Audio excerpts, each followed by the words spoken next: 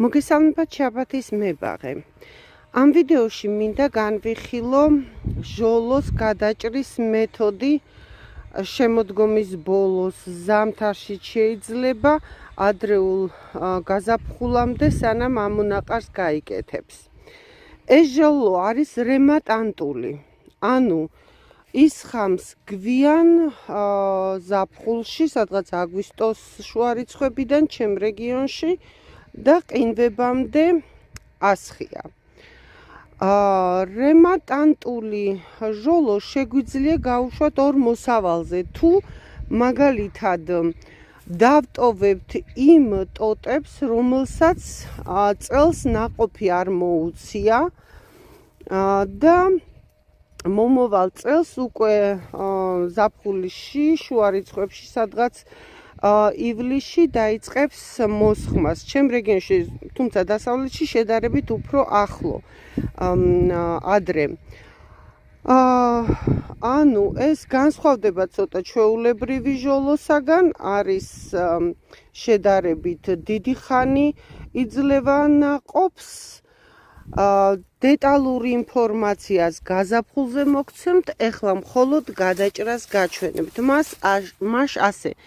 აი ამ ტოტმა მომცა შარშან ნაყოფი. შესაბამისად მე ამას გადავჭრი.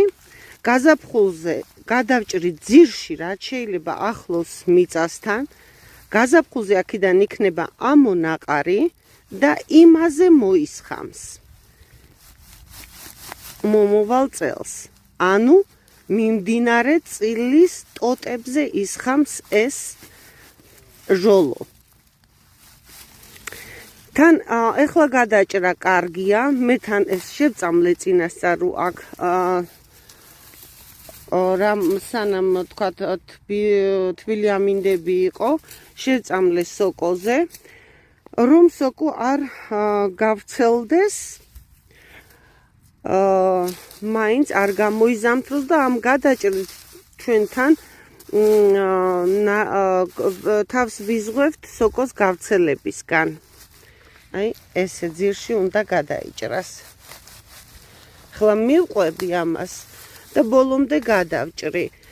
მე ორ ნაყოფზე, ორ მოსავალზე ამის გაშვება არ მინდა.